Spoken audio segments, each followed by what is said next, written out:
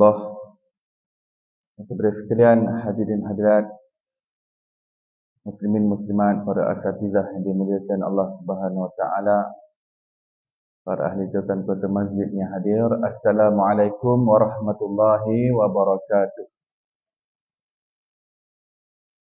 Alhamdulillah, kita syukur pada Allah Subhanahu wa taala yang dengan limpahan taufik hidayah kurnianya yang telah mengizinkan kita untuk berhimpun pada hari ini di dalam majlis ilmu untuk kita membincangkan suatu perkara yang tinggi urusannya di sisi Allah Subhanahu wa taala, iaitu solat.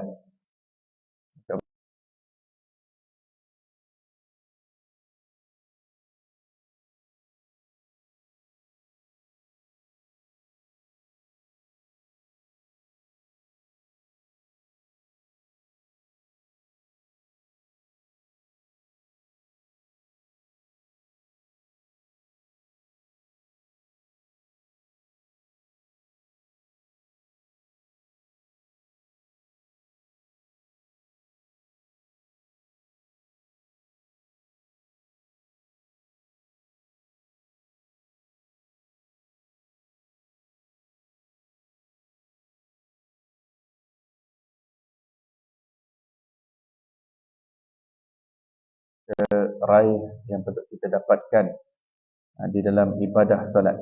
Jadi inilah buku di hadapan kita yang kita akan daurahkan selama setengah hari pada hari ini, berjudul Solat Seolah-olah Melihat Allah. Kenapa ia dinamakan seolah-olah melihat Allah? Ia berkaitan rapat dengan suasana rohani, suasana hati, kalbu manusia yang perlu dicapai, seperti mana yang disebutkan di dalam hadis yang sahih. Baginda sallallahu alaihi wasallam menyebutkan berkenaan dengan al-ihsan. Al-ihsan itu kita menjadi hamba yang seolah-olah melihat Allah.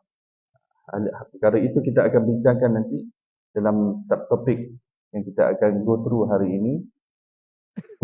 Jadi, Solat Seolah-olah Melihat Allah ini adalah buku yang saya karang selama 3 tahun 4 bulan. Itu masa yang diambil untuk dikarang adalah 3 tahun 4 bulan semenjak daripada minggu pertama pandemik COVID. Ketika itu saya baru pulang daripada Uzbekistan. Kita perangkap beberapa hari kerana ketika berada di sana satu dunia lockdown, bermula lockdown. Ya. Jadi mungkin keberkatan menziarahi makam wali-wali Allah Ta'ala di Uzbekistan, antaranya adalah Imam Bahauddin Naqsyabandi, pengasas tarikat Naqsyabandi, Imam Abu Mansur Al-Maturidi, pengasas aliran Al-Maturidiyah dalam akidah, Imam Abu Laith As-Samarqandi, pengarang Tanbihul Ghafilin, Imam Bukhari, pengarang kitab Sahih Hadis, Imam Tirmizi, pengarang kitab Sahih Hadis dan juga Syama'il Muhammadiyah, Al-Hakim Tirmizi, ya, pengarang Nawadirul Usul, seorang ulama hadis dan tasawuf, dan ramai lagi ulama-ulama yang diziarahi. Boleh jadi keberkatan itu Allah SWT ilhamkan ketika saya perangkap di sana beberapa hari untuk saya nanti pulang. Kalau pulang pun dah tentu dah tak boleh nak ke mana-mana. Dan namanya lockdown, macam masuk dalam gua. Jadi saya rasa ini suatu kesempatan yang Allah Ta'ala nak berikan peluang kepada saya untuk memperdalami. Pertama sekali, saya sendiri yang perlukan manfaat-manfaat ilmu yang saya nak tulis. Jadi apabila nak tulis tu kita perlu baca, kita perlu telaah, kita perlu tafakkur, kita perlu tadabbur. Ya, kita sendiri yang perlu banyak berzikir supaya Allah Ta'ala bukakan kefahaman-kefahaman tersebut. Dan apa yang terdetik pada ketika itu, saya ingin memperdalami suatu urusan yang tinggi yang kita setiap hari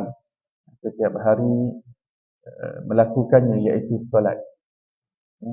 Jadi sudah tentu ada rahsia yang besar apabila Allah Ta'ala setkan appointment antara kita dengan Allah Subhanahu Wa Ta'ala 5 kali sehari dan semalam. Sudah tentu ada rahsia yang besar.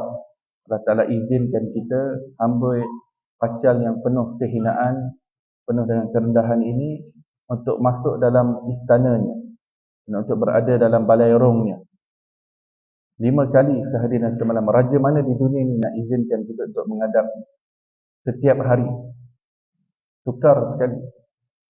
Akan tetapi Allah, Raja kepada sekalian Raja, izinkan kita untuk masuk menghadapnya 5 kali sehari dan semalam.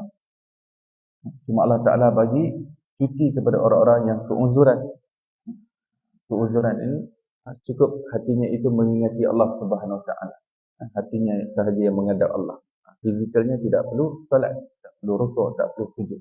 Tetapi hatinya yang sujud, hatinya yang rukuk. Walaupun seseorang itu dalam datang bulan, keuzuran, berhadas besar dan sebagainya. Maka sudah tentu ada rahsia yang besar yang perlu digali, dan saya sendiri yang berhajat kepada manfaat-manfaat tersebut. Ya. Dan sudah tentu apabila kita dapat penghayatan yang benar, maka sudah tentu setiap kali waktu salat itu datang, ini seperti dating yang kita nanti-nantikan. Yang kita nak menghadap raja kepada segala raja yang kita ingin jalinkan dengan erat percintaan, keasyikan dan kerinduan dalam berakrab dan intim dengan Allah Subhanahu Wa Taala. Merasa meraih kehampiran dan kedekatan dengan Allah Subhanahu Wa Taala. Kalau haji itu boleh jadi seumur hidup kita sekali.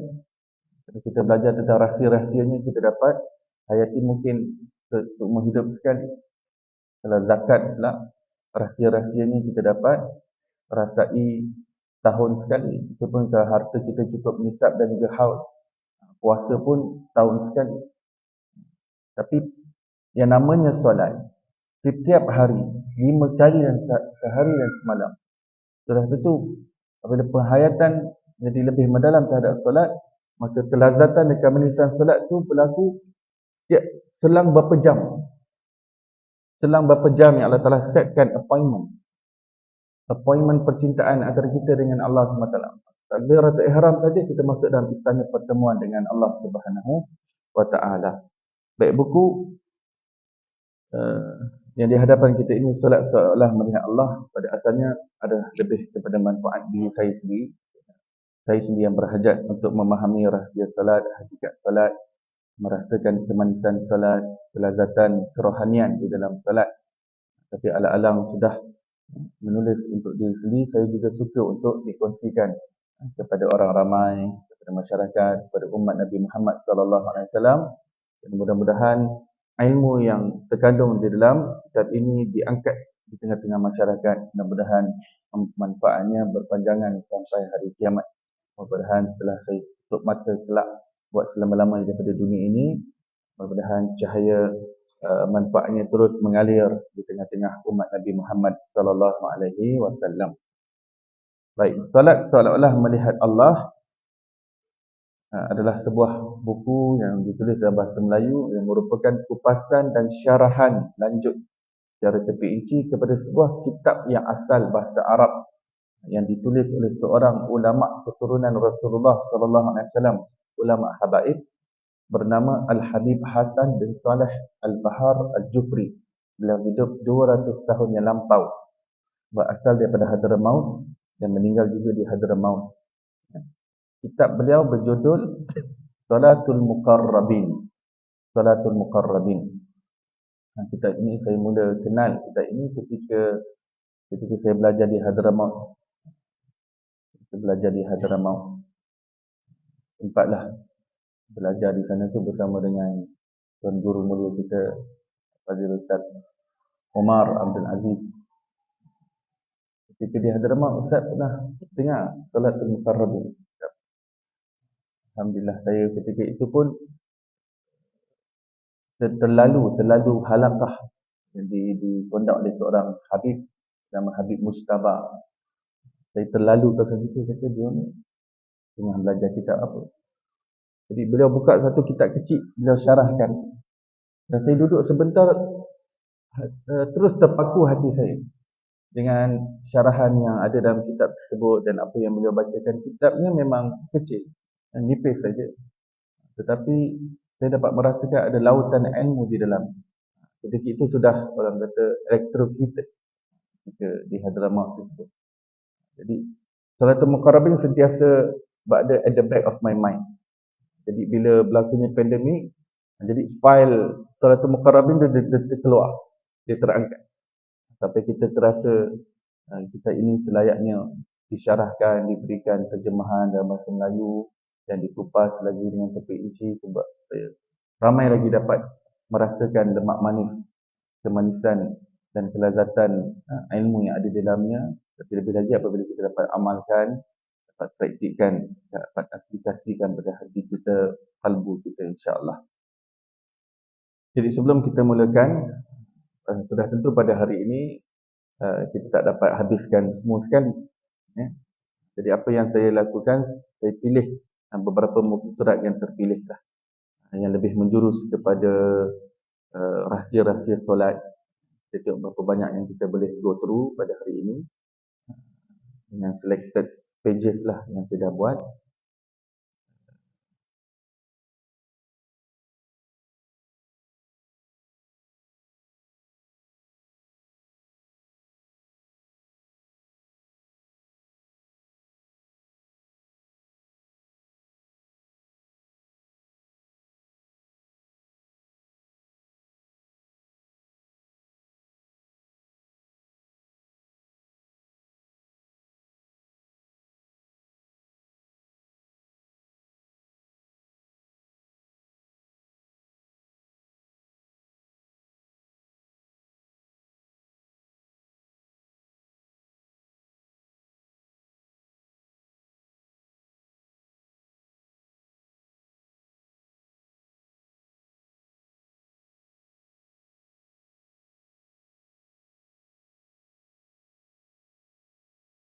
Ghairil maghdubi 'alaihim waladdallin.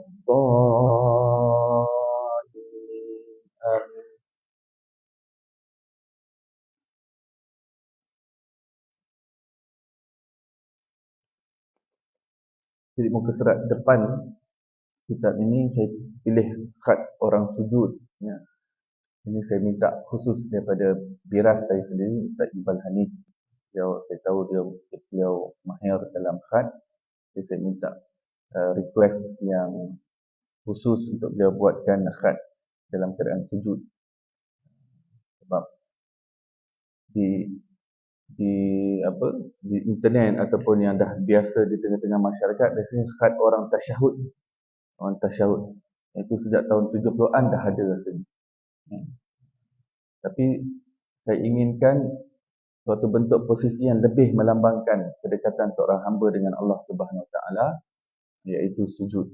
Nanti kita akan bincang bagaimana sujud ini adalah posisi yang paling melambangkan kedekatan seorang hamba dengan Allah Subhanahu Wa Taala.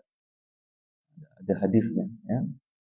Jadi yang tertera di dalam khat tersebut itu bukan ayat Quran, akan tetapi sebahagian daripada lafaz azan, iaitu hayya 'alas salah, hayya 'alal falah. Seluruh yang berada pada khat itu hayya 'alas salah, hayya 'alal falah. Baik. Cuba kita lihat isi kandungan. Baik, secara umumnya, secara generalnya, kitab ini ada 3 bahagian yang paling utama. 3 bahagian yang paling utama. Bahagian yang pertama saya sebut sebagai pendahuluan dan pengenalan. Pendahuluan dan pengenalan ni, di situ saya masukkan doa, memohon ma'rifatullah, niat menuntut ilmu, kemudian kata-kata aluan daripada ulama-ulama terhadap buku tulisan ini. Kemudian riwayat hidup Al-Habib Hasan bin Saleh Al-Bahar Al-Jufri yang hidup 200 tahun yang lampau, bagaimana ketokohan beliau, bagaimana kewalian beliau. Kemudian sekilas pandang tentang tarikat dan manhaj keilmuan Ba'lawi. Yang ini saya tulis kerana pengarang yang asal iaitu Al-Habib Hasan Al-Jufri adalah berasal daripada keluarga Ba'lawi. Kalau kita tengok habaib yang datang daripada Hadramaut, contoh Habib Umar bin Hafiz, Habib Kazim, Habib Habib Ali Abu Bakar, ataupun yang di Malaysia ni Habib Ali Al-Hamid. ya. Jadi Habib Ali Al-Jufri. Jadi Habib-Habaib ni mereka daripada satu keluarga besar bernama Ba'lawi. Jadi keluarga ini keluarga ilmu, keluarga keilmuan, keluarga yang ada manhaj, iaitu metodologi ilmu mereka, perjalanan rohani mereka. Jadi saya terangkanlah serba sedikit tentang uh, latar belakang kerangka ilmu daripada mana asal usul pengarang itu berasal. Kemudian juga pendahuluan penyusun. Pendahuluan penyusun ni pendahuluan daripada diri saya sendiri. Saya tulis pendahuluan sebagai satu pintu gerbang sebelum kita masuk ke dalam intipati syarahan kitab yang sebenar. Jadi saya terangkan sedikit sebanyak selok belok genre ilmu ataupun jenis ilmu yang kita belajar ni, dan apakah yang sebenarnya kita nak tekankan, apa fokus objektif, apakah hala tuju kita dalam pengajian kitab ini. Itu saya terangkan dalam pendahuluan penyusun. Pendahuluan itu daripada saya sendiri, dan hari ini kita akan go through beberapa pages daripada pendahuluan yang saya tulis. Baik, itu selesai bahagian yang pertama yang saya namakan sebagai bahagian pengenalan dan pendahuluan. Bahagian yang kedua adalah intipati kitab ini yang sebenar, syarahan. Itu bermula pada muka surat 111. Bermula 111. Ini bahagian kedua. Sampailah muka surat 913. Lebih kurang 800 muka surat. Yang saya kata tadi, syarahan kitab. Ia merupakan syarahan kitab. Ya, ini 800 muka surat. Ini bahagian kedua, bahagian tengah. Di core lah. Di bahagian core yang kita nak syarahkan kitab Salatul Muqarrabin. Kemudian bahagian yang ketiga dipanggil sebagai lampiran. Bahagian lampiran ini juga tidak kurang tebalnya. Ya. Lampiran bermula daripada muka surat 925. Bahagian lampiran ini sebenarnya saya pun 500 muka surat. Dan tetapi penulisan di dalamnya adalah penuh dengan teknikaliti ilmiah. Ini saya lebih peruntukkan untuk para asatizah membaca. Lebih untuk rujukan para ilmuwan, para asatizah, para orang yang sudah ada ilmu alat dan dasar-dasar ilmu yang kukuh dalam kerangka pengajian agama. Kerana pembahasan di dalamnya itu agak berat.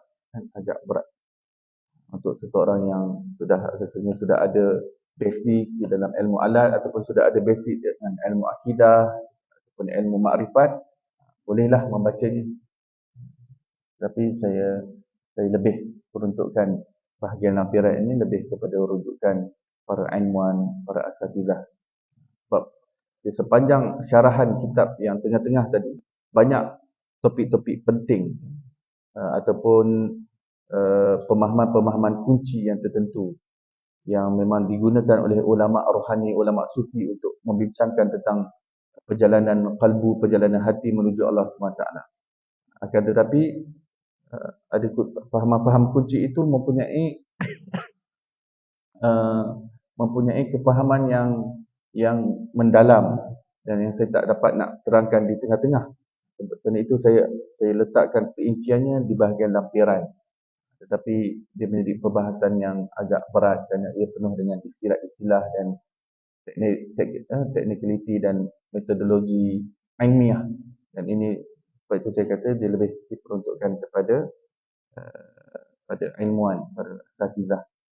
Melainkan pada lampiran yang pertama iaitu hadis Jibril. Hadis Jibril ini, yang ini kita pun boleh baca sebagai pengetahuan umum. Walaupun saya tetap tulis berkenaan hadis Jibril dalam lampiran itu tetap dalam bentuk teknikaliti ilmiah, tetapi untuk masyarakat awam insya-Allah masih boleh membacanya, masih boleh memahaminya insya-Allah.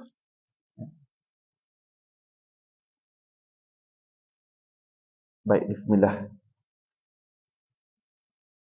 Kita mulakan Rabbi yassir wa la tu'assir, rabbika nasta'in, ya Fatahu ya Alim, ya Fatahu ya Alim, ya Fatahu ya Alim. Baik, sekarang kita pergi ke muka surat 45. Pendahuluan penyusun.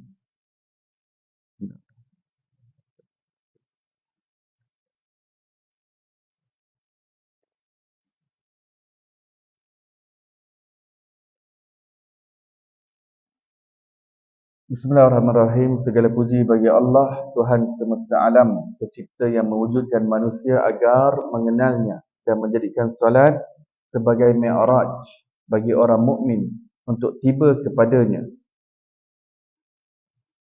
Semoga selawat dan salam sentiasa tercurah kepada kekasih Allah junjungan besar Nabi Muhammad sallallahu alaihi wasallam yang telah dijadikan solat sebagai penyejuk matanya dan telah mengajarkan umatnya bahawa sebaik-baik pengabdian kepada Allah ialah beribadah seolah-olah melihatnya. Amma ba'd. Sesungguhnya rahsia dan kunci yang paling utama untuk mencapai kesempurnaan solat adalah terletak pada hati yang mengenal Allah Ta'ala, iaitu ma'rifatullah. Justru sejauh mana seseorang itu dapat mengecapi hakikat kekhusyukan dan kehadiran hati dalam solat adalah bergantung kepada sedalam mana ma'rifatullah yang dimiliki olehnya. Jadi di dalam kata-kata pembukaan ini saya sudah pun kompreskan ataupun padatkan apa yang sebenarnya akan menjadi intipati perbincangan di dalam kitab ini, iaitu untuk kita memahami solat sebagai cara untuk kita bertambah mengenal Allah Subhanahu Wa Taala. Dan supaya ianya dapat dicapai, maka kita perlu untuk memahami apakah ilmu mengenal Allah. Ilmu mengenal Allah dalam bahasa Arab dipanggil ilmu ma'rifatullah, ataupun bahasa yang lebih singkat ilmu ma'rifat. Ilmu ma'rifat. Yang mana ilmu ma'rifatullah ini adalah sebahagian daripada komponen yang ada dalam ilmu tasawuf. Walaupun dia sebahagian komponen, tapi dia lah kemuncak kepada ilmu tasawuf. Dia bukan komponen bawah-bawahan, dia kemuncak kepada ilmu tasawuf apabila hati kita dapat mengenal Allah. Dalam tasawuf ni ilmu untuk kita belajar menyucikan hati, tazkiyatun nafs. Tapi kenapa kita kena sucikan hati? Supaya kita dapat kenal Allah Subhanahu Wa Taala. Sebenarnya tujuan yang terakhir, matlamat terakhir di sebalik ibadah kita, di sebalik kita belajar ilmu, apa saja bidang ilmu, segala saja kita buat yang kita lakukan, segalanya kita ingin ianya menatijahkan pengenalan kepada Allah Subhanahu Wa Taala. Supaya kita menjadi seorang yang bertambah kenal Allah. Bila ujian datang kepada kita, kita tambah kenal Allah. Apabila tambah ilmu pengetahuan kepada kita, bukan menjadikan kita semakin angkuh dan sombong, tapi semakin kita kenal Allah Subhanahu Wa Taala. Jadi begitulah solat, kunci yang terutama untuk seseorang mencapai hakikat khusyuk dan khuduk. Hati yang hadir bersama Allah, kuncinya terletak kepada sedalam mana pengenalan kepada Allah Ta'ala yang kita capai dalam hati kita. Semakin kita mengenal Allah, semakin mudah untuk kita mencapai hati yang khusyuk. Bukan saja di dalam solat, hatta di luar solat pun hati kita tetap khusyuk. Hati kita tetap tertunduk kepada mengingati Allah Subhanahu Wa Ta'ala. Jadi apa yang dibincangkan secara intens dalam kitab ini, konsisten yang terutama dalam topik perbincangan kitab ini adalah pendegar berkenaan dengan ilmu mengenal Allah. Dan ini pun sebagai satu kesempatan yang saya nak ambil, kerana buku-buku yang ditulis di luar sana dalam bahasa Melayu jarang menyentuh topik berkenaan dengan ilmu mengenal Allah Subhanahu Wa Taala dengan secara detail dan terperinci. Lebih-lebih lagi untuk nak menerangkan tentang hadis yang Nabi SAW kata, kamu hendaklah menjadi hamba yang seolah-olah melihat Allah. Jadi apa makna seolah-olah melihat Allah? Apakah syarahannya? Apakah yang dikupas oleh para ulama? Apakah pengertiannya? Jarang dijumpai. Jadi itulah yang saya cuba untuk kumpulkan daripada para ulama tafsir, ulama hadis, ulama fiqh, ulama sufi, ulama tarikat, ulama sirah. Apa yang mereka faham tentang al-ihsan, tentang seolah-olah melihat Allah, tentang ilmu mengenal Allah. Jadi ilmu mengenal Allah menjadi suatu objektif yang paling utama yang dibincangkan, kerana kita nak jadikan ia sebagai kunci terutama untuk kita mendapat khusyuk dalam solat. kunci yang terutama untuk khusyuk, hati yang mengenal Allah. Awal agama mengenal Allah. Para ulama Rabbani berpendirian bahawa awaluddin ma'rifatullah, iaitu permulaan agama ialah mengenal Allah. Hal tersebut telah ditegaskan oleh Imam Ahmad Ibn Ruslan dalam kitab Zubatnya yang menyebut bahawa kewajipan paling utama manusia ialah mengenal Tuhannya dengan yakin. Apabila Allah Ta'ala telah menimpahkan inayah kepada hambanya, yakni membantunya untuk mengambil berat tentang setinggi-tinggi urusan, iaitu mengenal Allah Ta'ala dan memberi taufik kepadanya untuk mendalami rahsia solat, maka demikian itu adalah tanda Allah Ta'ala telah membuka jalan hidayah dan pintu kebaikan yang besar kepadanya untuk dia sampai kepada Allah. Jadi oleh kerana kita ini dalam perjalanan menuju Allah, dan dalam perjalanan itu ada sesuatu yang dipanggil sebagai sampai kepada Allah, tiba kepada Allah. Apa maksud sampai kepada Allah ataupun tiba kepada Allah? Yang dalam bahasa Arabnya al-wusul ilallah, maksudnya adalah hati yang tertingkap hijab sehingga mata hati itu celik menyaksikan Allah. Hati itu mengenal Allah Subhanahu wa Ta'ala. Itu maksud al-wusul ilallah. Sampai kepada Allah, tiba kepada Allah. Di awal agama mengenal Allah. Maksudnya perkara yang paling penting sekali dalam urusan agama kita adalah mengenal Allah. Kita belajar akidah sebab kita nak mengenal Allah. Kita belajar fikah sebab kita nak mengenal Allah. Kita belajar tasawuf sebab kita nak kenal Allah. Kita belajar tafsir sebab kita nak kenal Allah. Kita belajar hadis sebab kita nak kenal Allah. Kita belajar tajwid sebab kita nak kenal Allah. Kita belajar tarannum, belajar qiraat sebab kita nak kenal Allah. Kita belajar syama'il, biografi Rasulullah, sirah Rasulullah, kelebihan Rasulullah. Kita nak kenal Rasulullah supaya kita kenal Allah Subhanahu wa Ta'ala. Kita belajar segala ilmu-ilmu yang ada di alam dunia ini, ilmu biologi, ilmu fizik, ilmu sains, ilmu matematik, untuk nak bawa kita lebih kenal Allah Subhanahu wa Ta'ala. Ilmu geografi, ilmu geologi, ilmu astronomi, segalanya untuk kita bertambah kenal Allah Subhanahu wa Ta'ala.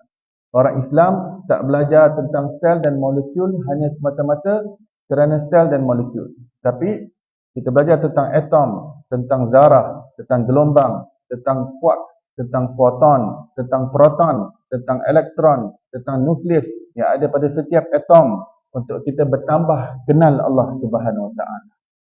Kita belajar dalam fizik berkenaan dengan space and time. Kita belajar dimensi-dimensi yang ada dalam pengajian fizik, bukan semata-mata untuk nak kenal dunia, tapi untuk kita kenal Allah Subhanahu wa Ta'ala. Amat rugi seorang yang belajar sains sudah melihat kebesaran Allah yang Allah letakkan pada DNA manusia. Begitu hebatnya ciptaan yang bernama deoksiribonukleik yang tersimpan data yang hebat dalam genetik manusia itu, tetapi tak bawa dia kepada pencipta yang menyusun segala data yang tersimpan dengan rapi dalam DNA, adalah suatu kerugian. Kita belajar DNA bukan sebab nak mata-mata DNA dan genetik, tetapi betapa sempurnanya Maha Pencipta yang menciptakan DNA dan genetik manusia. Jadi seluruh ilmu yang ada di dunia ni nak bawa kita kenal Allah Subhanahu wa Ta'ala. Hatta kata kita nak belajar masak sekalipun, macam mana dengan masak kita semakin kenal Allah Subhanahu wa Ta'ala. Belajar bermacam-macam resepi. Macam mana dengan belajar banyak resepi tu kita semakin kenal Allah Subhanahu wa Ta'ala. Sejak tahun lepas saya mula menceburkan bidang dalam bidang pertanian. Oleh kerana saya dah cebur dalam bidang pertanian, saya perlu belajar ilmu pertanian. Walaupun yang saya nak tanam tu pisang, pokok pisang, tapi amount of knowledge untuk saya perolehi hampir setengah tahun saya perlukan untuk jumpa otai-otai pertanian, sifu-sifu pertanian, untuk belajar ilmu pertanian. Daripada penyediaan tanahnya, apa jenis baja untuk penyediaan tanah ketika bajak, ketika pelau, ketika roto, dan apa jenis anak pokok pisang yang kita nak bawa, dan apa jenis-jenis baja ketika untuk kuatkan akar, untuk suburkan, dan untuk buah, dan kena kenal penyakit-penyakitnya, bagaimana untuk rawat penyakit. Pisang ni pun Tapi amount of knowledge seolah kena menjadi saintis, kena baca pH tanah, kena tengok gunung, kena tengok bayang-bayang matahari. Akan tetapi, apa yang menyeronokkan, setelah saya belajar ilmu pertanian ni, benar-benar dapat menambahkan pengenalan kepada Allah Subhanahu Wa Taala. Lebih-lebih lagi dalam hadis kata bahawa manusia ni adalah seumpama pokok. Pokok adalah suatu hidupan yang rapat dan hampir mirip dengan kehidupan manusia. Semakin saya belajar tentang pokok, semakin dapat faham tentang manusia. Berkait rapat, bersangkut paut, dan ilmu itu menyebabkan bertambah kenal Allah Subhanahu Wa Taala yang menciptakan sungguh hebat. Daripada awal akar ni, Rasulullah dalam Quran mengatakan hati manusia iman, kekuatannya ada pada akar. Orang petani-petani tahu betapa pentingnya untuk melakukan perawatan akar, ya, akar treatment dan sebagainya untuk kuatkan akar. Akar tak kuat, jatuhlah pokok. Begitu subhanallah, hati kita ini iman, tauhid adalah akar kepada kita. Kalau akar tidak kuat, maka kita akan goyah. Emosi kita akan goyah, pemikiran kita akan goyah, akal fikiran kita akan goyang, keimanan, keyakinan akan nipis.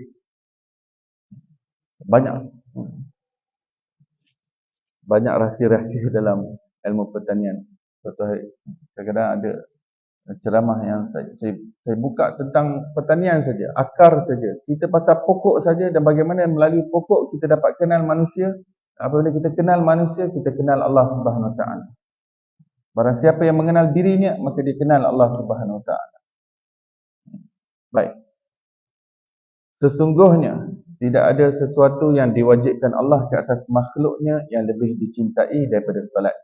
Jika ada sesuatu yang lebih dicintainya, sudah tentu malaikat di setiap langit akan disibukkan untuk melakukannya. Hakikatnya pada langit-langit yang berbeza, ada malaikat yang qiyam, ada pula yang rukuk, ada yang sibuk bertasbih, ada yang sedang sujud, ada yang sedang duduk tahiyat, dan pelbagai lagi posisi solat yang semua itu berlangsung sehingga hari kiamat. Jadi sebelum peristiwa Mi'raj ni, Nabi SAW dah memang solat. Nabi-Nabi semua dah memang solat. Sejak Nabi Adam turun ke dunia, mereka semua memang solat. Ya. Yang diwajibkan solat adalah ke atas Nabi-Nabi, bukan ke atas umat. Umat Nabi tidak diwajibkan. Sampai kepada Nabi SAW, Nabi SAW walaupun sebelum peristiwa Mi'raj dah memang solat. Cara ibadah Nabi SAW itu adalah solat seperti mana Nabi-Nabi terdahulu solat. Ada rukuknya, ada sujudnya. Dan hatta sehingga ketika Rasulullah di Masjid Aqsa sebelum tembus langit demi langit, Rasulullah imamkan solat bersama dengan Nabi-Nabi. Solat dah memang ada. Bahkan sebelum naik Mi'raj tu, Rasulullah dah memang berhenti beberapa destinasi untuk sembahyang 2 rakaat. Di mana? Sembahyang 2 rakaat di tepi makam Nabi Musa AS. Kemudian naik Gunung Tur Sina, di bawah pokok tempat munajatnya Nabi Musa, turun daripada Burak, sembahyang 2 rakaat lagi di situ. Kemudian Nabi Muhammad SAW dibawa ke tempat kelahiran Nabi Isa AS. Kelahiran Nabi Isa, di mana Siti Maryam melahirkan Nabi Isa. Turun lagi daripada Burak, Nabi SAW sembahyang di situ. Maksudnya sembahyang dah memang ada. Tiba di Masjid Aqsa, para Nabi-Nabi tunggu Nabi SAW, jom sembahyang sama-sama. Imamnya siapa? Nabi SAW. Makmumnya siapa? Seluruh para Nabi-Nabi. Jadi, solat dah memang ada. Yang belum ada, kewajipan solat ke atas umat Nabi Muhammad SAW. Jadi, ketika Rasulullah melintas langit demi langit, bagi dia semakin memahami signifikan solat. Bagi dia mendapati setiap daripada lapisan langit dipenuhi dengan malaikat yang berada dalam posisi tertentu yang ada dalam solat. Nabi SAW mengatakan, subhanallah, seluruh lapisan langit dipenuhi dengan malaikat yang sedang solat dengan posisinya tertentu. Di situ terdetiknya dalam hati Nabi SAW, alangkah baiknya kalau seluruh himpunan apa yang dilakukan oleh malaikat ini yang berupa solat dikurniakan kepada umat. Kerana apa? Kerana solat ni pada asalnya untuk Nabi-Nabi. Akan tetapi bila lihat kebaikan itu melimpah ke setiap lapisan langit, Nabi SAW teringat kita. Baginda ni tak pernah lupakan kita. Dalam keadaan menyaksikan panorama yang hebat di langit yang tinggi, dimensi langit yang tinggi, Nabi SAW tak lupakan kita. Nabi SAW nak kebaikan ini pun dikongsikan bersama dengan kita. Dan seperti biasa, Allah SWT sentiasa melayani apa yang menjadi keinginan Nabi SAW. Apa yang diredai oleh Allah Subhanahu Wa Taala. Allah Taala tahu apa yang terpendam dalam jiwa Rasulullah SAW.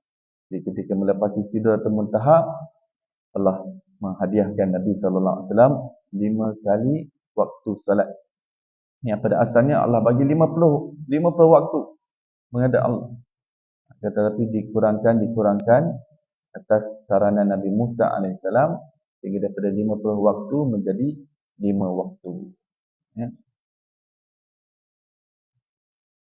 Ketika Rasulullah tiba di Mekah, bagi tahu pada sahabat, pada asalnya Allah Ta'ala wajibkan 50 waktu. Kenapa tak terima ya Rasulullah 50 waktu? Kami ready untuk lakukan. Sebab aku jumpa Nabi Musa advise aku, takut umat aku tak mampu untuk melakukannya. Takut tak terdaya. Jadi Nabi Musa yang minta untuk aku kurangkan, minta diskaun lagi daripada Allah SWT. Jadi 5 itu yang diwajibkan, tapi walaupun 5, tapi kedudukannya seperti 50 waktu. Kerana Allah Ta'ala gandakan untuk umatku satu kebaikan kepada 10 kali ganda. Jadi 5 waktu salat bersamaan 50 waktu.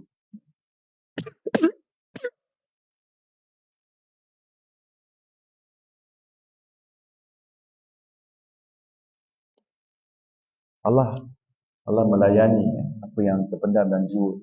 Rasulullah itu pada asalnya disuruh untuk menghadap, ketika dah terima salat di bumi, suruh menghadap Masjid Aqsa. 16 bulan menghadap Masjid Aqsa, tapi dalam hati Rasulullah teringin agar kiblat ditukar daripada Masjid Aqsa ke Masjid Haram. Allah SWT melayaninya. Allah Ta'ala turunkan ayat Quran, "Fala nuwalliyannaka qiblatan tardaha." Fawali wajhaka syatral masjidil haram. Wahai kekasihku Muhammad, sekarang alihkan kiblat daripada Masjid Aqsa ke Masjidil Haram. Palingkan sekarang dan menghadaplah ke sana, kerana itulah kiblat yang hati engkau happy dengannya. Qiblatan tardaha. Ini kiblat yang kamu suka, yang kamu minat, yang kamu reda. Sekarang aku perintahkan untuk menghadap. Bayang, kiblat dalam solat pun Allah layan apa yang terkandung dalam jiwa Rasulullah SAW. Jadi dalam peristiwa Mi'raj ini, Allah Ta'ala bagi apa yang terpendam dalam jiwa Rasulullah agar solat ini diberikan juga kepada umat Nabi SAW. Kita bertuah mendapat hadiah solat. Maka hanya dengan solat, seseorang itu telah mengumpulkan seluruh keistimewaan yang tersebar pada para malaikat. Kepentingan solat dalam hidup seorang mukmin dapat dihayati apabila permulaan hidup Rasulullah SAW ketika dilahirkan adalah dalam keadaan posisi solat, iaitu sujud. Kemudian wasiat yang terakhir yang diberikan oleh Rasulullah SAW sebelum menghembuskan nafasnya yang terakhir, iaitu as-salah. Ketika Siti Aminah melahirkan Nabi Muhammad SAW, pada asalnya Siti Aminah tak dapat lihat apa yang berlaku ketika kelahiran, kerana cahaya terpancar begitu bersinar memenuhi dirinya, memenuhi rumah tersebut. Bahkan Allah Ta'ala bukakan di hadapan Siti Aminah, segala-galanya di hadapannya terbentang cakrawala ini. Beliau melihat sinaran cahaya yang terbit daripada diri beliau memancar kepada seluruh ufuk timur dan juga seluruh ufuk barat. Dan hal itu dalam kitab sirah menyebutkan bukan sahaja Siti Aminah yang melihatnya, akan tetapi dua wanita yang turut berada dalam rumah Siti Aminah tatkala kelahiran Nabi Muhammad SAW. Dua wanita Quraisy itu, seorang bernama Syifa yang merupakan ibu kepada Sayyidina Abdul Rahman bin Auf, dan yang kedua namanya Fatimah yang sebenarnya menjadi ibu kepada seorang sahabat Nabi yang lain bernama Sayyidina Uthman bin Al-As radhiyallahu taala anhu. Kedua-dua mereka juga melihat seluruh cakrawala dunia ini dibukakan di hadapan mereka, keluar daripada Siti Aminah cahaya memancar segala-galanya. Kemudian apabila cahaya itu reda, barulah mereka lihat ada seorang bayi di sisi sebelah Siti Aminah berada dalam keadaan sujud. Jadi position yang pertama sekali yang dilihat Rasulullah SAW berada padanya selepas kelahiran adalah dalam keadaan sujud. Jadi sujud suatu posisi yang signifikan, lambang kedekatan seorang hamba dengan Allah Subhanahu Wa Taala. Kalau Rasulullah nak bawa hakikat kedekatan dengan Allah, jadi lahir-lahir saja sudah berada dalam keadaan sujud. Sebab tu khat yang saya pilih untuk logo di hadapan ini, logo khat itu adalah dalam keadaan sujud. Sujud ada dalam satu-satunya ibadah, iaitu solat. Tidak ada ibadah yang lain ada sujud di dalam. Jadi sudah tentu solat mempunyai keistimewaannya yang tersendiri sebab sujud ada dalam solat. Kemudian ketika baginda nak menghembuskan nafas yang terakhir, pesanan yang terakhir buat kita semua adalah berkaitan dengan solat. As-salah, as-salah. Wahai umatku, perhatikanlah urusan solat. Perhatikanlah urusan solat. Ini jaga solat kamu, jaga kualiti solat kamu, iaitu sempurnakan solat kamu, tunaikan solat kamu dengan haknya. Sebagaimana kamu hendaklah menjadi hamba yang seolah-olah melihat Allah, dan juga menjadi seorang umat yang seolah-olah melihatku apabila kamu solat, kamu juga seolah-olah melihatku solat. Itu pun hadis Nabi SAW. Jadi daripada hadis kita dapat tahu untuk kita menjadi seorang hamba yang seolah-olah melihat Allah, kita hendaklah menjadi seorang umat yang seolah-olah melihat Nabi SAW.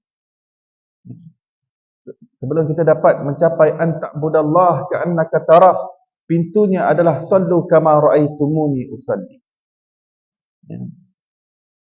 Untuk kita menjadi hamba yang seolah-olah melihat Allah, kita kena terlebih dahulu mencapai pintunya, iaitu menjadi umat yang seolah-olah menyaksikan Nabi SAW.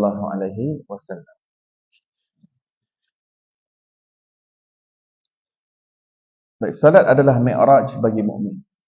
Mi'raj. Tapi itu mi'raj peningkatan. Segala perkara yang diajarkan oleh Rasulullah SAW, walaupun perkara itu pada asalnya sesuatu yang bersifat kerohanian untuk kita, tetapi untuk Rasulullah, Allah Ta'ala aturkan ianya berlaku secara real pada fizikal Nabi SAW, pada tubuh badan Rasulullah SAW. Contohnya tazkiyatun nafs, penyucian hati. Rasulullah ajar kita penyucian hati, rawat hati kita daripada penyakit-penyakit hati. Ini adalah hal kerohanian. Tundukkan nafsu kita, tundukkan ego kita, bersihkan jiwa kita daripada penyakit-penyakitnya. Penyakit-penyakit itu adalah ujub, takabur, angkuh, sombong, cinta dunia, cinta kemasyhuran, hasad, dengki, dendam, sangka buruk, persepsi negatif. Ini semua penyakit hati.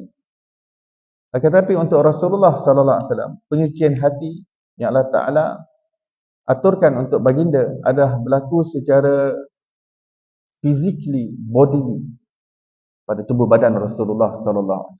Dinamakan sebagai peristiwa pembelahan dada, dan ia bukan berlaku sekali tetapi 4 kali sepanjang hidup Rasulullah SAW. Apa maksud peristiwa pembelahan dada? Maksudnya Rasulullah dibaringkan, malaikat Jibril potong dada Rasulullah, dan para sahabat kata kami nampak parut itu. Kalau kami bersama Rasulullah, kami sentiasa nampak parut itu yang tumbuh rambut halus-halus di kawasan parut tersebut. Yang mana Jibril akan buka, akan keluarkan jantung baginda. Jantung ni dalam bahasa Arab qalbu. Itu qalbu. Qalbu itu disucikan di dalam, dibersihkan di dalam air zam-zam. Itu untuk Rasulullah. Begitu dengan solat. Solat ni adalah mi'raj rohani. Pada asalnya adalah peningkatan rohani kita kepada Allah SWT. Dalam solat, bagaimana rohani kita dapat jumpa Allah, menghadap Allah, berbicara dengan Allah, berdialog dengan Allah, berbisik-bisik dengan Allah, bermunajat dengan Allah. Akan tetapi untuk Rasulullah, mi'raj untuk baginda bukan sekadar rohani, tetapi Allah jemput terus Nabi SAW untuk jumpa Allah Subhanahu Wa Taala. Untuk jumpa Allah. melihat Allah, bercakap dengan Allah direct, tanpa perantaraan, tanpa malaikat Jibril. Bahkan malaikat Jibril tak dapat nak teman lagi Rasulullah. Ketika di Sidratul Muntaha, itu tempat terakhir destinasi bagi Jibril alaihissalam. Hanya Rasulullah sallallahu alaihi wasallam yang diizinkan untuk melepasi Sidratul Muntaha. Ya. Contohnya, baginda mengajarkan kita bahawa keadaan yang paling hampir antara seorang hamba dengan Allah adalah sujud. Dan baginda sudah tentu orang yang paling hampir dengan Allah, orang yang paling dekat dengan Allah.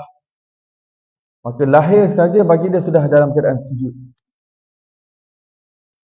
Baginda lahir dalam keadaan mata beliau sudah pun sedia kala bercelak. Kerana Rasulullah memang ajar celak pada kita. Tapi lahir-lahir sudah saja celak. Jadi apa saja ajaran yang baginda ajar, dah memang ada pada tubuh badan Rasulullah sallallahu alaihi wasallam.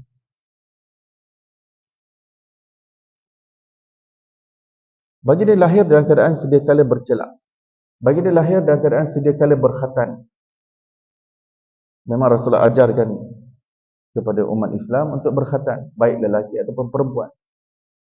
Tapi ajaran itu untuk Rasulullah lahir-lahir sudah siap berkhatan, makhtunan, makhulan, madhunan, sudah sedia kala berminyak. Bidan yang menyambut Rasulullah, lihat tidak ada kesan darah, tidak ada kesan, tidak ada tembuni, tidak ada uri-uri, tidak ada air ketuban, tidak air lendir, tak ada. Badan Nabi bersih tanpa ada tali pusat yang bersambung kepada Siti Aminah. Tanpa ada tali pusat. Masruran, tidak ada tali pusat yang bersambung. Pada dalam keadaan sujud, bidan melihat badan baginda sudah siap berminyak. Lahir-lahir sudah siap berminyak zaitun. Memang Rasulullah ajarkan kita untuk apply minyak zaitun di rambut kita. Ada dalam kitab Syama'il Muhammadiyah Tirmizi, baginda sangat peka, sangat concern dalam pemakaian minyak zaitun. Sampai ada bab yang mengatakan bahawa pakaian Rasulullah ni macam tukang minyak. Sebab minyak, bila Rasulullah pakai minyak, terkena dengan kopiah, terkena serban meleleh, kena dekat baju Rasulullah sallallahu alaihi wasallam. Begitu berminyak. Kerana Rasulullah nak ajarkan, Rasulullah kata, wahai umatku, gunakanlah minyak zaitun. Ini adalah minyak yang diberkati oleh Allah SWT. Ia asalnya ajaran kepada kita. Tapi untuk Nabi SAW lahir-lahir sudah sedia kala berminyak. Dan tubuh badan Rasulullah lahir saja sudah pun secara semula jadi harum dan wangi. Sampai peluh Rasulullah pun wangi. Sampai ada sahabat Nabi kumpul peluh Rasulullah untuk buat perfume. Dan pakai perfume memang sesuatu yang diajak oleh Rasulullah SAW kepada kita. Tapi untuk Nabi SAW, baginda dah memang semula jadi. Tubuh badan baginda dan peluh baginda semuanya wangi, harum. Bau kulit Rasulullah harum, wangi. Jadi segala ajaran yang Rasulullah ajar pada kita, Rasulullah ajar kita untuk kita kenal Allah, beriman dengan Allah. Rasulullah dah jumpa Allah yang Tuhan kita, yang menciptakan kita. Rasulullah dah jumpa. Dan tidak ada Nabi yang pernah jumpa Allah SWT. Tidak ada malaikat yang pernah jumpa Allah SWT. Malaikat Jibril pun tak pernah jumpa Allah. Walaupun beliau bawa wahyu, tapi wahyu itu dibawa daripada Lauh Mahfuz. Malaikat Jibril sendiri tak pernah jumpa Allah SWT. Nabi SAW cerita kepada kita pasal syurga. Nabi SAW dah masuk dalam syurga. Itu pengalaman peribadi Nabi SAW. Rasulullah bagi kita ancaman tentang api neraka. Rasulullah dah masuk dalam neraka. Bukan bagi ancaman dalam keadaan Nabi tak pernah masuk dalam neraka. Nabi dah literally masuk dalam neraka. Tengok azab siksaan dalam neraka. Nabi bagi tahu kepada kita untuk beriman dengan malaikat. Rasulullah tengok malaikat-malaikat pada rupa yang asal. Jadi semua yang Rasul ajarkan kepada kita, semuanya sama ada menjadi jati diri baginda, menjadi identiti baginda, atau menjadi pengalaman peribadi Nabi Muhammad SAW secara real, secara tubuh badan, fizikal pada Nabi SAW. Jadi Mi'raj. Salat merupakan Mi'raj, iaitulah tangga pendakian rohani bagi seorang mukmin untuk menuju Allah Ta'ala. Setiap hamba Allah, setiap hamba Allah memiliki hak dan kesempatan untuk mendapatkan pengalaman rohani yang tinggi, dan ia bukan khusus hanya untuk wali Allah semata-mata, bahkan ia terbuka kepada semua mukmin. Kerana secara prinsip sememangnya setiap mukmin boleh berusaha untuk mencapai kewalian di sisi Allah. Kewalian di sisi Allah. Yang kita tak boleh berusaha nak jadi adalah menjadi nabi. Kita beribadah banyak mana pun, mujahadah banyak mana pun, berdakwah banyak mana pun, berzikir banyak mana pun, kita tak boleh jadi nabi. Kita tak akan dapat jadi rasul. Tetapi apa yang terbuka kesempatan kepada kita untuk menjadi wali Allah Subhanahu Wa Taala. Menjadi wali Allah. Wali Allah ni semua. Baik lelaki, baik perempuan, baik orang kaya, baik orang miskin, baik orang yang tinggal dalam mahligai, dalam istana, baik orang duduk dalam rumah papan, dalam balik tepi paya, baik orang tua, baik orang muda, baik dia orang alim, baik dia orang bukan alim, baik dia orang bandar, baik dia orang kampung, semua Allah bagi peluang untuk jadi wali Allah Subhanahu Wa Taala. Yang tak boleh jadi nabi. Tak boleh nak berusaha supaya bercita-cita nak jadi nabi, takkan dapat. Tapi yang namanya wali Allah, Allah bukakan. Semua manusia. Bukan saja wali yang biasa, wali kutub. Setiap manusia berpeluang untuk menjadi wali kutub pada zamannya. Tapi apa maksud menjadi wali Allah? Apa yang dimaksudkan dengan menjadi wali Allah? Apa maksud kita nak capai kewalian di sisi Allah SWT? Maksudnya ialah, cuba kita tahu, mencapai kewalian di sisi Allah dengan pengertian menjadi orang yang mengenal Allah, dicintai Allah dan meraih kehampiran dengan Allah Subhanahu Wa Taala. Jadi semua kewalian ini diukur dengan hati. Hati yang tenggelam dalam percintaan dengan Allah, hati yang mengenal Allah Subhanahu Wa Taala, hati yang terbuka hijab dan tabir yang ada padanya, sehingga terbuka rahsia-rahsia ilmu hakikat perhubungan dia dengan Allah Subhanahu Wa Taala, sampai hatinya meraih kehampiran, kedekatan dan keakraban dengan Allah Subhanahu Wa Taala. Ini maksud menjadi wali Allah Subhanahu Wa Taala. Dia tak ada pertabalan, dia tak ada pertabalan. Dijemput tuan-tuan untuk hadir pemakaian pingat wali Allah, tak ada. Sebab apa? Sebab wali ni rahsia Allah di kalangan hamba-hamba. Dia terpendam dalam hati. Di luar ni nampak biasa-biasa, nampak mungkin pakai seluar jeans, pakai cap. Tapi kalau hatinya itu kuat berhubungan dengan Allah Subhanahu Wa Taala, jadi dia adalah wali Allah Subhanahu Wa Taala.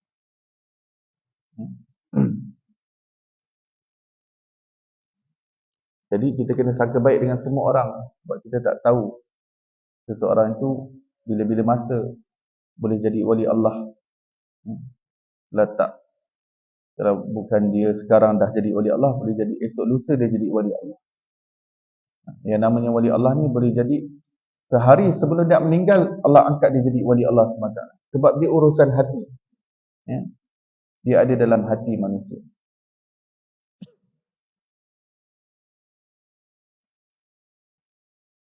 Baik. Dan ketika dia diangkat menjadi wali Allah, sudah tentu yang pertama, dia tidak akan meninggalkan perkara-perkara yang fardu ke atas. Kalau sehari sebelum dia menjadi wali Allah, Allah Ta'ala angkat dia jadi wali Allah. Kalau hari-hari sebelum tu dia tinggalkan perkara fardu, yang sehari yang akhir itu, kalau Allah nak angkat dia jadi wali Allah, dia terus melakukan perkara fardu yang difardukan ke atasnya, dan dia cuba untuk qada apa yang terlepas. Tapi sebab dia dah meninggal dunia terlebih dahulu, tapi niat untuk dia nak qada apa yang dia dah terlepas. Dulu dia dah zakat, dia ada berapa tahun terlepas, puasa ada banyak hari dia tak qada, solat ada banyak waktu dia tertinggal. Tapi waktu yang terakhir tu kalau Allah angkat jadi wali Allah, hatinya tu berniat untuk nak cuba qada itu semua. Tapi dia dah meninggal dunia sebelum dapat qada semua. Tapi oleh kerana Allah menilai manusia berdasarkan perakhirannya dan berdasarkan niat yang ada di dalamnya, maka dia akan bangkit di akhirat dalam keadaan orang yang dah menunaikan seluruh perkara-perkara yang diqadakan.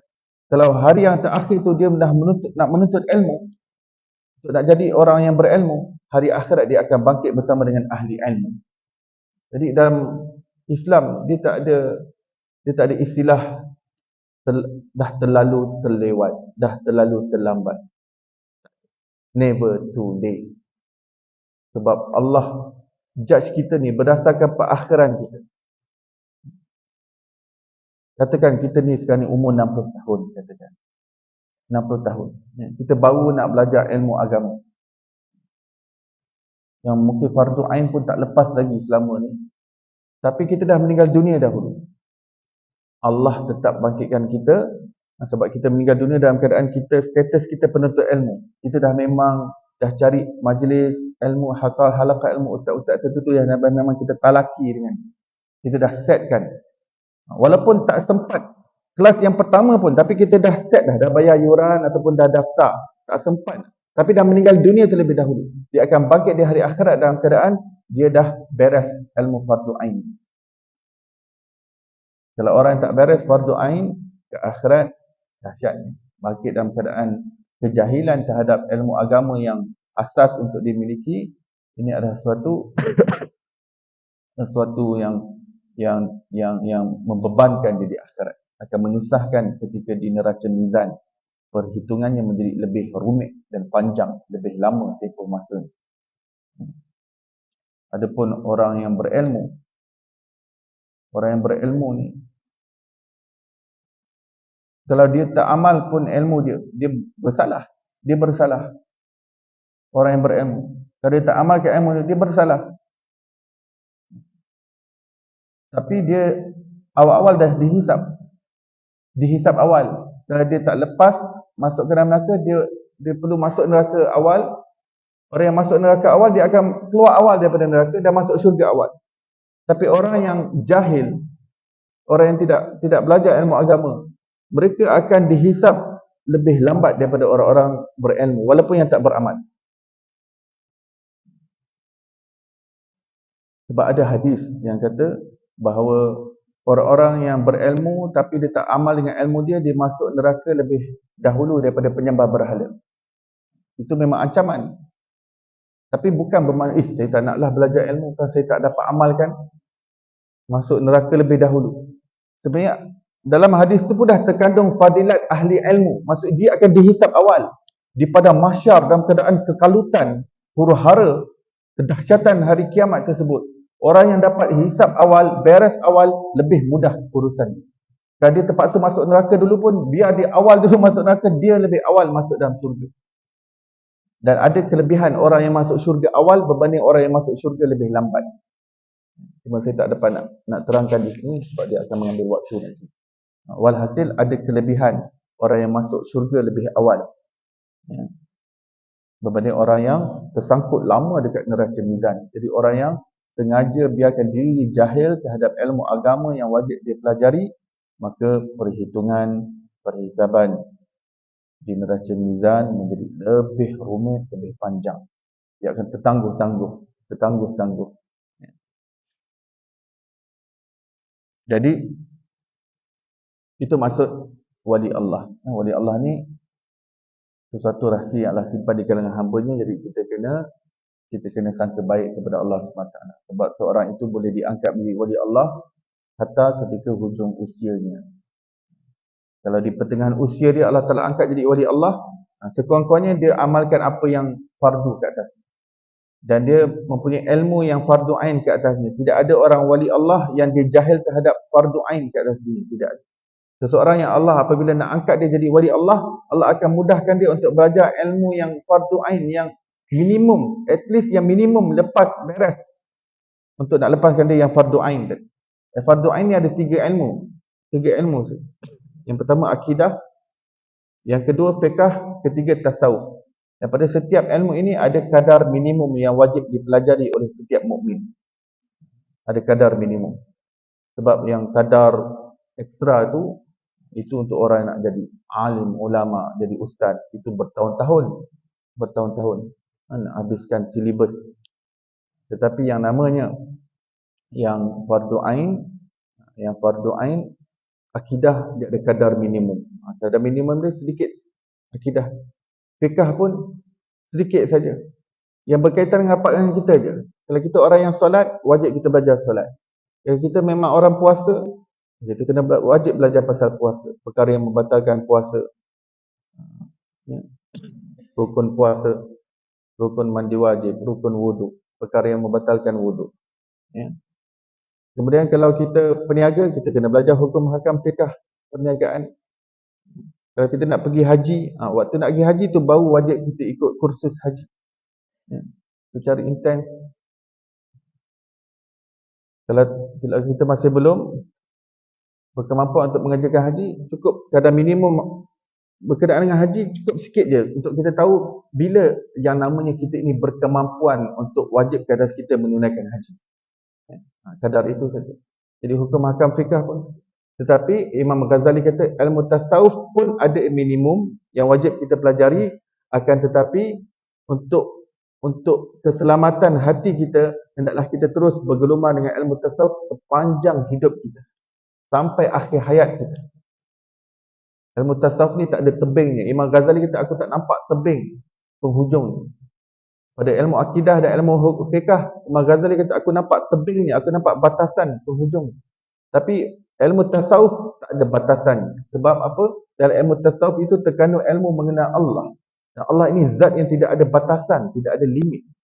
Jadi oleh kerana itu, bila dalam ilmu tasawuf dah ada ilmu ma'rifatullah, ilmu mengenal Allah yang zatnya tidak ada batasan, maka ilmu ini berterusan sampai kita hembuskan nafas yang terakhir daripada dunia ini.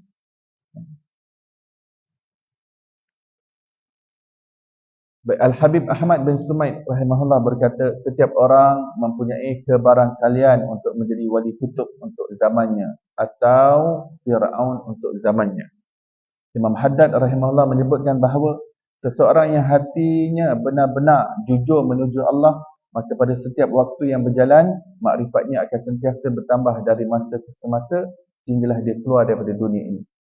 Bila hati kita jujur nak cari Allah, kita betul-betul sungguh set komitmen kalbu kita ini, yang kita nak cari di dunia Allah, yang kita nak tuntut Allah, yang kita nak dapatkan Allah, yang kita nak bercinta dengannya Allah, yang kita nak rindu Allah, yang kita nak ingat sentiasa Allah. Jadi orang yang benar-benar jujur dalam mencari Allah, untuk nak jumpa Allah, untuk nak mengenal Allah, maka Allah akan bukakan lorong kepadanya, jalan-jalan kepadanya untuk daripada masa ke semasa dalam kehidupannya itu tidak hanya berada pada takut yang sama, akan tetapi daripada masa ke semasa sentiasa pengenalannya kepada Allah bertambah, semakin bertambah. Dan pengenalan apabila bertambah, dia akan menambahkan kecintaan kita kepada yang kita kenal tersebut. Ini lumrah percintaan. Kalau tak kenal maka tak cinta. Kalau kenal, semakin jatuh cinta. Demikianlah, semakin kita kenal Allah, semakin kita jatuh cinta dengan Allah. Di alam ni pentas untuk kita nak bercinta dengan Allah Subhanahu Wa Taala. Tempat bercinta kita dengan Allah Subhanahu Wa Taala. Dan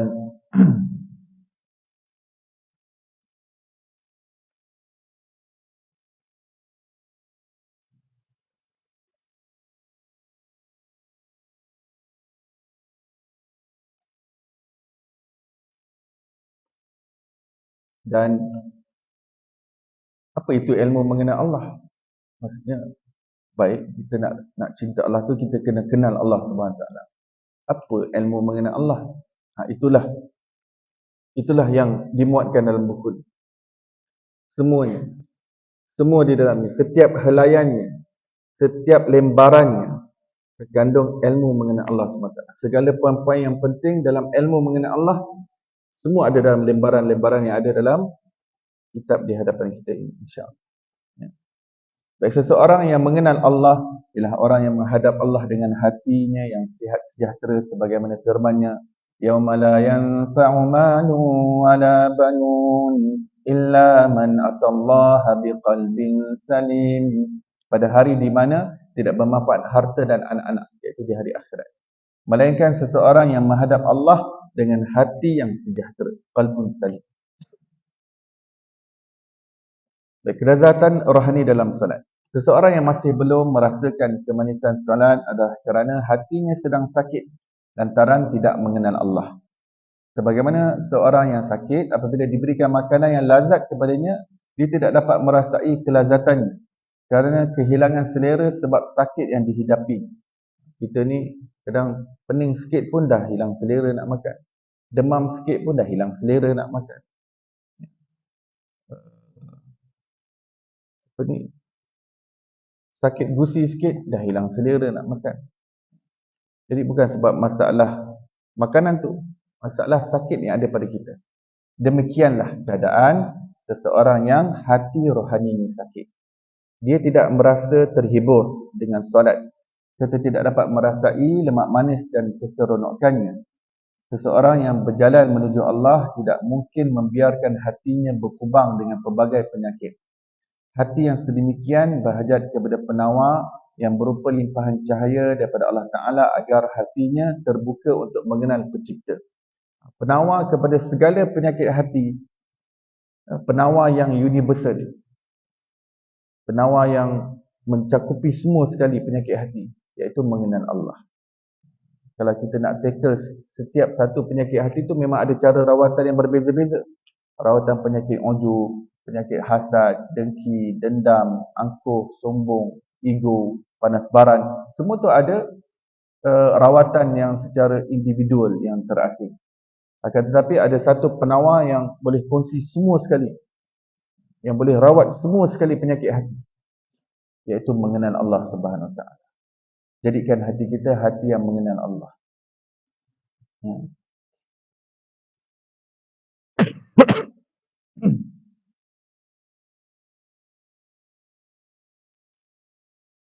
Oleh kerana selok-belok kesihatan hati dan perjalanan rohani menuju Allah merupakan tajuk utama yang dibincangkan secara khusus dalam ilmu tasawuf, maka perbicaraan dalam kitab ini adalah disusun dengan pendekatan yang diketengahkan oleh para ulama sufi tentang hal ehwal hati dan rohani sehingga mencapai tujuan utamanya, iaitu ma'rifatullah. Jadi solat yang kita nak kupas secara mendalam dalam kitab ini, ia dikupas dalam aspek perbincangan ilmu tasawuf, ilmu selok-belok hati dan ilmu mengenal Allah Subhanahu Wa Taala. Itu kerangka yang digunakan dalam mengupas dan mensyarahkan kitab ini. Maknanya ia tak menyentuh berkenaan dengan hukum hakam fiqh. Sebab yang fiqh tu dia ada ilmunya itu sendiri. Sedangkan apa yang kita nak sentuh dalam kitab ini, ilmu tasawuf, yang di dalamnya terkandung ilmu mengenal Allah. Kalau saya masukkan fiqh sekali, syarat sah solat, syarat sah wudu, rukun-rukun wudu, itu nanti jadi lebih panjang. Ini pun sudah 1500 muka surat. Yang ini untuk tasawuf saja, penghayatan hati saja untuk solat. Rukun qalbi saja. Adapun rukun qauli dan rukun fi'li, itu kena rujuk kepada kitab fiqh. Kitab fiqh fardu ain. Tak sempat nak masukkan dalam ni. Dah tak lagi panjang. Ya. Yang ni pun dah susah nak bawa dah. Beratnya Ustaz depan. Berat sangat ni, tebal sangat ni. Tak boleh ke buat nipis ke? Tak boleh ke buat berjilid-jilid sikit? Boleh, tapi kos dia akan makan lebih panjang lagi. Kos dia akan lebih banyak. Dalam belanja kos itu satu. Yang pertama, memang saya tak ingin pecahkan dulu untuk yang kali pertama. Sebab setiap daripada bab tadi saya kata ada 3 bab utama, ini berangkai antara satu sama lain. Dan dia menjawab kepada beberapa persoalan yang ada dalam dunia tasawuf yang ada ditimbulkan kesangsian, kekeliruan oleh beberapa pihak, dan saya menyediakan jawapan-jawapan di dalamnya dan ia berangkai antara satu sama lain. Sebab kalau seseorang itu benar-benar ingin mencari jawapan yang dia ingin cari berkenaan dengan tasawuf, yang mungkin ada perkara-perkara yang dikelirukan dalam media sosial di kalangan masyarakat, insya-Allah jika dia rujuk kitab ini, dia akan jumpa jawapannya. Sebab saya cuba sediakan dalil-dalil dan juga jawapan-jawapan kepada beberapa kekeliruan yang selama puluhan tahun tidak selesai. Jadi harapan saya jawapan-jawapan yang tersedia dalam kitab ini diselesaikan. Contohnya apa? Contohnya berkenaan dengan faham Nur Muhammad. Nur Muhammad ni suatu yang berlegar tak selesai-selesai. Tapi apa jawapannya? Secara tuntasnya apa jawapan tentang Nur Muhammad? Betul ke ciptaan yang pertama tu Nur Muhammad? Kalau betul, apa faedahnya untuk kita tahu tentang ciptaan pertama Nur Muhammad? Kenapa ulama bincang tentang Nur Muhammad? Iaitu saya bincang secara detail dalam kitab ini. Cuma apa yang saya go through pada hari ini, saya tak akan pergi kepada Nur Muhammad. Kerana perbincangannya sangat panjang dan terperinci. Hari ini saya cuma pilih pages yang berkaitan dengan solat sahaja. Berkaitan dengan Nur Muhammad ini, ataupun berkaitan dengan kelebihan Rasulullah SAW, keistimewaan baginda dan hakikat diri baginda, saya buat daurah yang lain. Iaitu sebab ada pages-pages ni, sepanjang 1500 ni, ada pages-pages yang tertentu tentang keistimewaan Rasulullah sahaja. Sejak daripada permulaan penciptaan. Daurah tu dah dibuat di Masjid Nur Glen Mary. Pun daurah macam ni juga. Setengah hari macam ni juga. Tapi lebih fokus kepada keistimewaan dan hakikat diri Nabi SAW sahaja. Yang tu saya pilih pages-pages yang berkaitan dengan Nur Muhammad, berkaitan dengan baginda sebagai rahmatan lil alamin dalam Quran. Dalam Quran juga disebut Rasul sebagai sirajan munira. Apa maksud dia? Dalam Quran juga sebut baginda sebagai nur, qad ja'akum minallahi nurun wa kitabun mubin. Itu secara terperinci ada dalam kitab ini, tetapi pada hari ini saya tak pergi di situlah. Saya nak lebih tumpu kepada bab solat. Imam Ghazali rahimahullah berkata,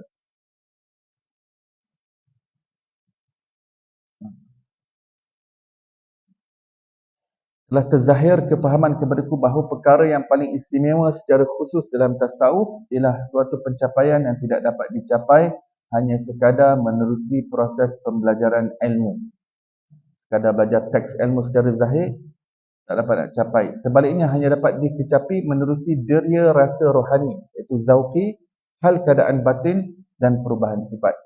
Kerana itu Imam Ghazali meletakkan ilmu tasawuf sebagai kemuncak ilmu. Satu-satunya ilmu yang dapat mencapai kebenaran yang hakiki.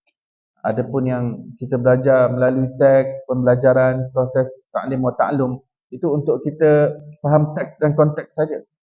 Tapi agama kita dia bukan sekadar zahir itu secara literal, tetapi sesuatu yang secara internal, sesuatu yang dirasai dengan batin, sesuatu penghayatan yang terpasak dalam kalbu kita sampai merasai kewujudan Allah Subhanahu Wa Taala, merasai perhubungan antara kita dengan Allah Subhanahu Wa Taala, merasai kedekatan dan kehampiran dengan Allah Subhanahu Wa Taala.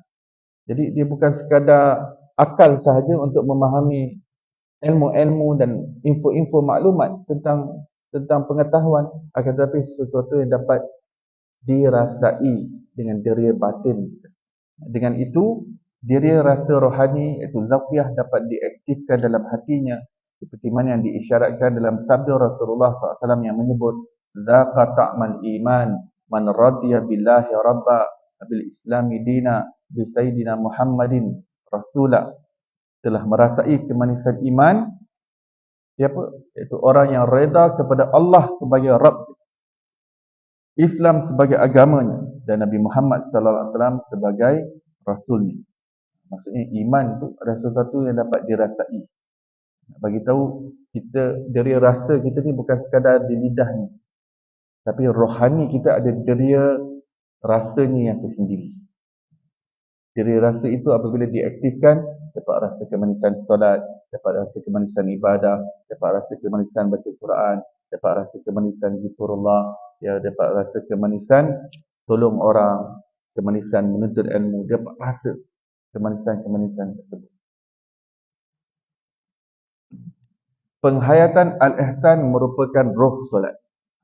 Ini Al-Ihsan.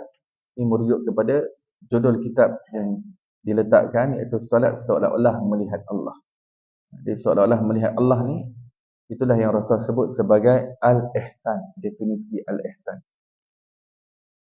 Pengalaman rohani yang dirasai dalam wilayah batin seseorang itulah yang menghantar seseorang itu kepada hakikat beribadah seolah-olah melihat Allah, yang disebut sebagai al-ihsan, iaitu rukun agama ketiga setelah al-iman dan al-islam. Agama kita ada 3 rukun, iaitu iman, Islam dan ihsan. Iman adalah berkaitan dengan akidah, Islam berkaitan dengan hukum hakam Islam yang dipanggil fiqh. Kemudian ihsan dipanggil, ilmunya adalah ilmu tasawuf. Sebab tu 3 ilmu tu wajib fardu ain. Semua orang mukmin belajar. Akidah, fiqh dan tasawuf, tu 3 ilmu wajib kita belajar. Dan setiap ilmu tu ada kadar minimum yang kita wajib pelajari.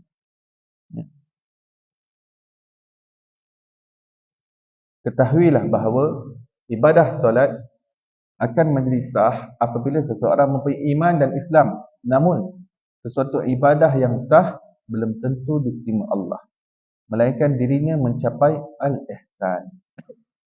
Kita ni mungkin kerjakan haji dah sah dah, fardu haji, rukun haji dah sah dah. Ihram kita pun semua cukup syarat.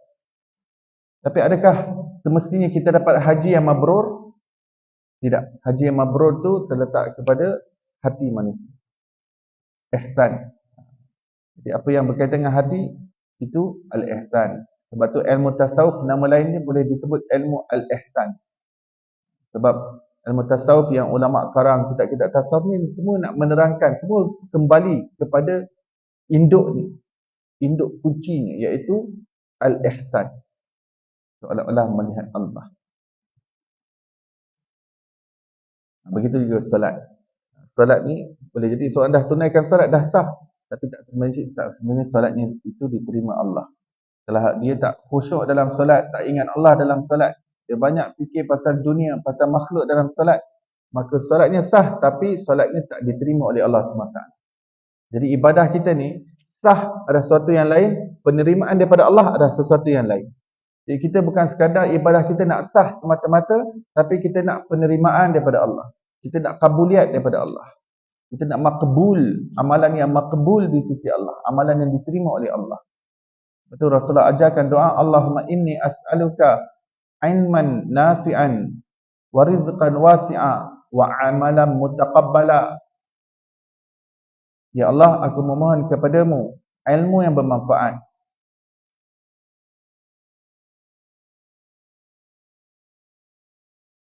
daripada Allah. Bila kita diterima Allah, barulah ibadah kita itu sah secara sempurna. Kalau tak ada sah, kalau sekadar yang zahir saja, ibadah kita itu sah paruh. Tapi sah yang sempurna bila kita diterima oleh Allah Subhanahu Wa Taala. Inilah yang dimaksudkan oleh Hujatul Islam Imam Ghazali rahimahullah apabila beliau berkata, la tasihul ibadah, la nafyul kamal, la tasihul ibadah illa ba'da ma'rifatil ma'bud. Tidak sah ibadah melainkan setelah benar-benar mengenal yang disembah. Maksudnya tak sah ibadah seseorang itu secara sempurna melainkan jika hatinya benar-benar mengenal Allah.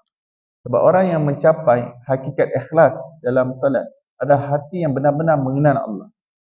Hakikat ikhlas hanya dicapai apabila hati itu benar-benar mengenal Allah.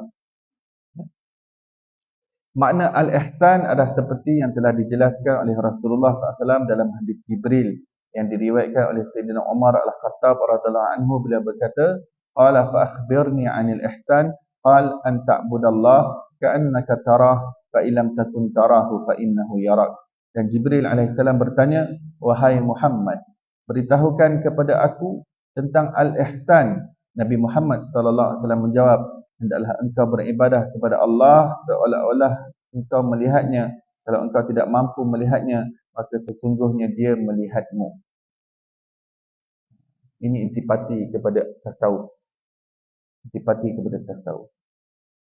Oleh kerana dia punya intipati tasawuf, saya pilih solat seolah-olah melihat Allah itu sebagai judul kitab ini.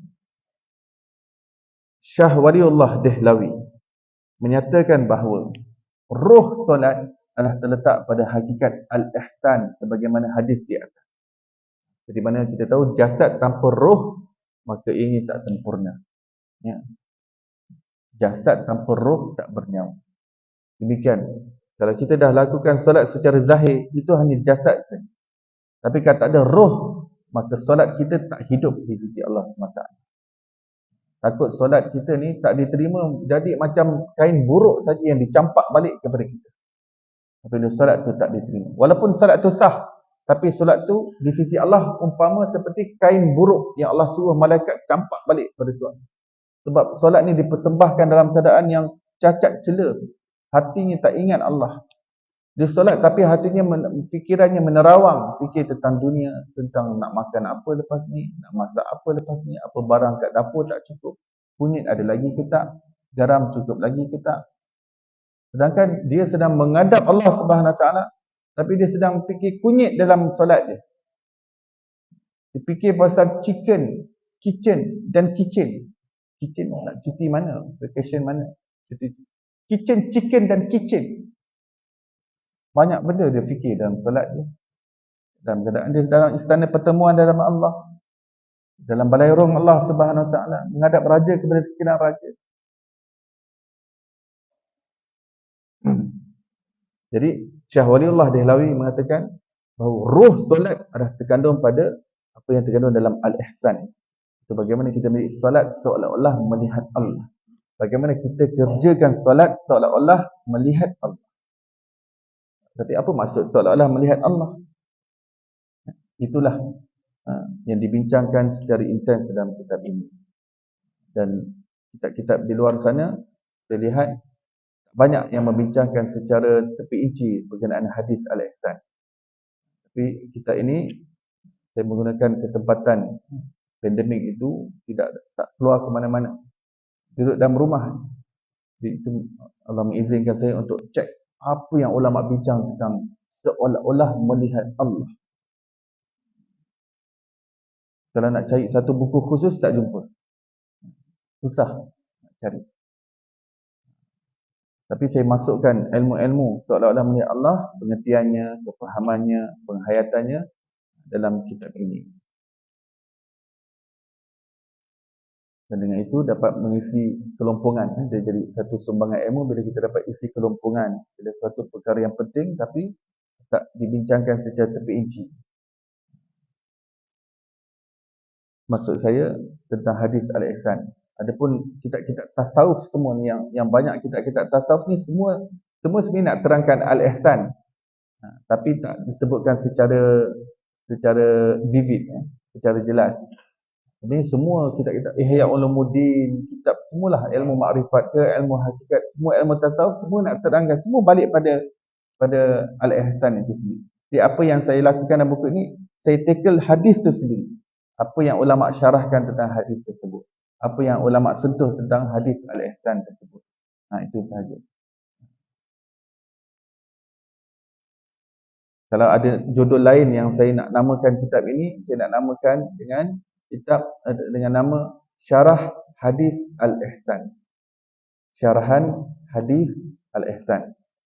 Untuk nak jelaskan lagi bahawa kitab ini untuk mengisi kelompongan bahawa di luar sana sangat susah, baik kitab bahasa Melayu atau kitab bahasa Arab yang mensyarahkan hadis al-ihsan secara khusus, secara tepi inci. Tak jumpalah, hampir tak jumpa. Pada pengamatan saya, cari di internet, cari yang dah dicetak ke belum dicetak ke, tak jumpa sebuah kitab yang menerangkan tentang hadis al-ihsan. Tapi dalam buku ini akan diterangkan secara tepi inci berkenaan dengan al-ihsan. Hal ihwal ma'rifatullah adalah berkait rapat dengan hakikat al-ihsan yang berupa kesempurnaan tauhid dalam melengkapkan diri sebagai seseorang sebagai ahli sunnah wal jamaah. Iman, Islam dan ihsan ini melengkapkan ahli sunnah wal jamaah. Jika seorang menolak al-ihsan, maka itu bukan ahli sunnah wal jamaah.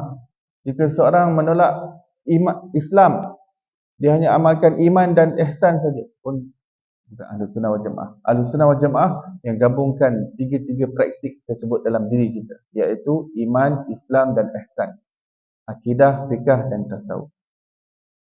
Sesungguhnya tasawuf itu sendiri dapat disebut sebagai menjalani setiap aspek kehidupan menurut syariat atas tahapan al-ihsan. Baik, sampai di situ dahulu. Kita berhenti dalam 15 minit untuk kita stretch, ambil oksigen. Nanti kita akan sambung pada pages yang lain pula, insya-Allah. Billahi taufiq wal hidayah. Wassalamualaikum warahmatullahi wabarakatuh.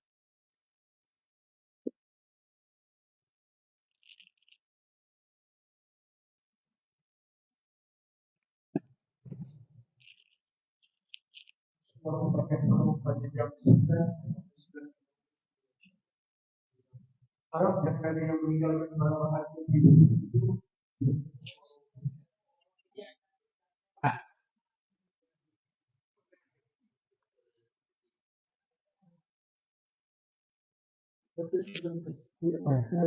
Assalamualaikum. Assalamualaikum.